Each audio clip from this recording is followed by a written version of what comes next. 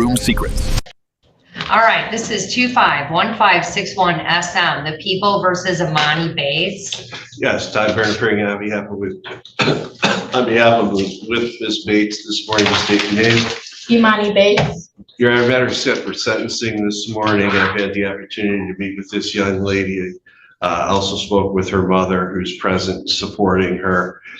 It's a favorable report, Your Honor. Recommendation is for her to be placed on a period of probation 771.1 with various terms. It is consistent with the plea agreement. We ask the court to adopt that. The only open issue, Your Honor, would be restitution.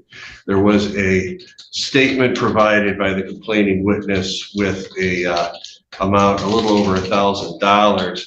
Only issue, Your Honor, is it indicates right on the document from Corwell that it's not a bill, and I don't know.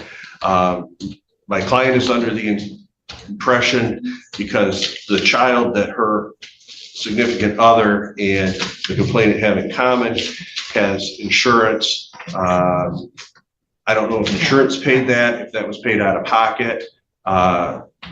We just simply have the statement that says this is not a bill, what the charges might be. So unless you can come up with a receipt, we're asking the court to hold off on the restitution.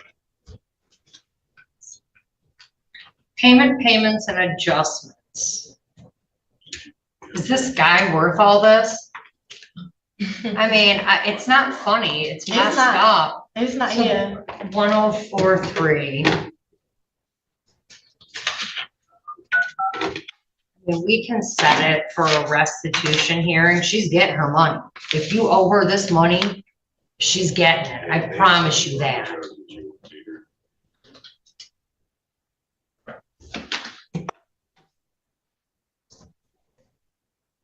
All right, I can't tell by this, so we'll have it. I'm going to read her letter.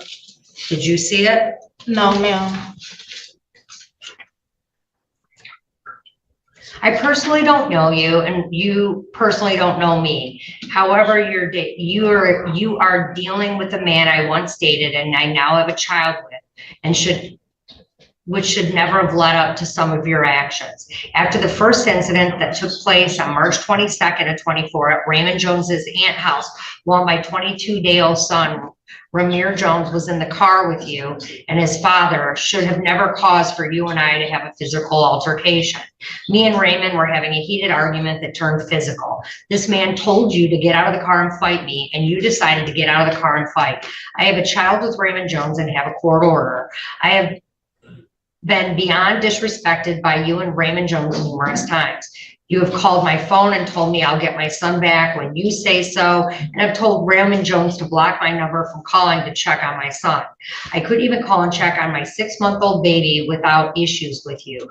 You went to her custody court hearing and disrespected me walking to the elevator, calling me out of my name. I said nothing to you, and again, the situation has nothing to do with you. I'm concerned why Raymond even brought you down to court regarding our son. You continue to insert yourself in me and Raymond's business and cause problems.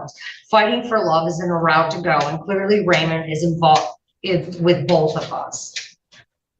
Either of us have no reason to not like one another over a man that's playing both sides. I'm not an angel in this situation, and it takes two, and for every action there's a reaction and a price we must pay. After the first fight, I still came to my senses and allowed my son to go with his dad and was told you're not around him. You posted pictures of my son on Facebook and spoke nasty on my children on social media, including Ramir. You have also said numerous of times that Raymond Jones didn't want this baby and I should have gotten an abortion. No way possible as a mother I trust you around my son with the things you have said about my child and his siblings. It has been nonstop drama with you and I. I still gave Raymond Jones 50-50 every other week shared custody, and he still had you around my son. I have always expressed my concerns to Raymond Jones and was told you're not around him and not around him like that. After the first fight, you apologized for your actions. Then on 4/14, you came to my home in Dearborn Heights to fight me over a man I have a child with, and again, upset because he continued to have a relationship with me and tells me he's single. You won't let him go, and he wants to raise his kids and be single. He continues dealing with the both of us. You really have anger, jealous, spiteful behavior ways because Raymond continues to deal with me, and it's beyond words. Your actions continue to result in violence. Ay, ay, ay. Okay. You can stop if you want. No, here's the thing. Yeah. So listen, no, I mean, you were charged with an aggravated assault, right? Yes, ma'am. And so basically you and this other woman are fighting over, and in this case, you're the defendant, fighting over a man who's sleeping with both of you. That's what it sounds like. That's what it sounds like. So, and you are embarrassing yourself, Ms. Bates, because now you're in court. And all these people know that you're messing with this other woman. And this is the problem with women on women over men. It's like, listen, you two are playing right into his hands and you're getting physically assaulted. Yeah, I mean, this was a reduction. You got a plea reduction, but it's like, I do not know what grown women are thinking when they fight over men. Of all the things in the world to fight over, men. And Judge, I had that conversation with her, and she's, I believe, understanding that this other woman is not going away, especially with the child in common. Are you still dating him? Yeah, me and I live in-house. And she. Then he goes to her house and stays the night there too? No, yeah, he does. Yeah, he does. He Well, does. yeah, whatever, He yeah. does. I'm sure. He does. That's fine. He yeah. does. Okay. So, I'm not against it. I'm not denying. So why are anything. you messing with him and this other woman and this baby? So from your understanding, I'm messing with a baby? Well, a baby from that my- I have, he's with No, us no, no, today no, no, right no, now. A No, baby no, that I have no. a week on and a week off. I take care of this baby since he was a week old. Okay. And All he's right. about to be 2 years old. All right. I don't Miss bother Bates, kids. No more words out of your mouth. No more words out of your mouth. I'm being reasonable with you, Miss Bates. You went over to a woman's house and Like, assaulted but come on her. now. Oh, put her in the back. We'll have her Like, out. come the on window. now. When you That's calm fine. down, we'll do Come it on again. now. But for you to be saying, oh, you're Go, messing go, with this go. man and you're messing with the She's kids. not a No, good I'm candidate trying to for defend my probation. name. We trying Go to on. defend my Go, name. go, go. You're attacking me. All right, 10 days jail for contempt of court, direct contempt.